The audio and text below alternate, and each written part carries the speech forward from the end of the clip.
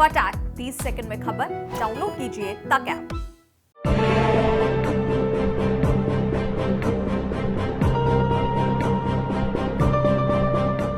America में 5G service की शुरुआत एयरलाइंस के लिए मुश्किल की वजह बन गई है।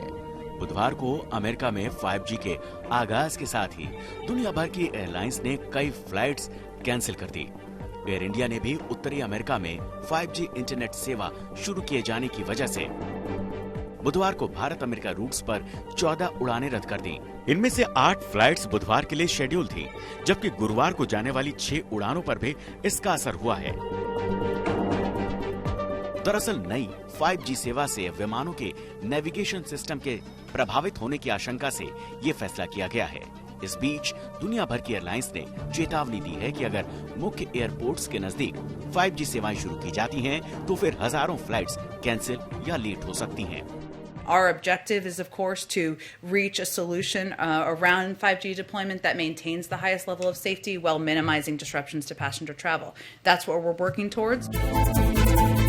अमेरिकी विमानन संघीय विमानन प्रशासन यानी FAA ने 14 जनवरी को कहा था, विमान के रेडियो एल्टीमीटर पर 5G के असर से इंजन और ब्रेकिंग सिस्टम काम करना बंद कर सकते हैं। इससे विमान को रनवे पर रोकने में दिक्कत आ सकती है। AT&T और वेरिजोन की नई 5G wireless service radio spectrum का एक सेगमेंट इस्तेमाल करती है जो प्लेन में एल्टीमीटर के स्पेक्ट्रम के नजदीक है। एल्टीमीटर वो डिवाइस है जो प्लेन की ग्राउंड से ऊंचाई को मापता है।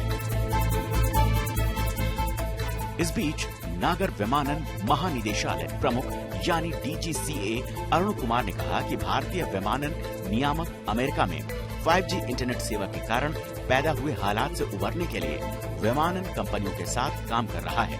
फिलहाल अमेरिकन एयरलाइंस, डेल्टा एयरलाइंस और एयर इंडिया समेत 3 विमान सेवाएं भारत और अमेरिका के बीच सीधी उड़ानें भरती हैं।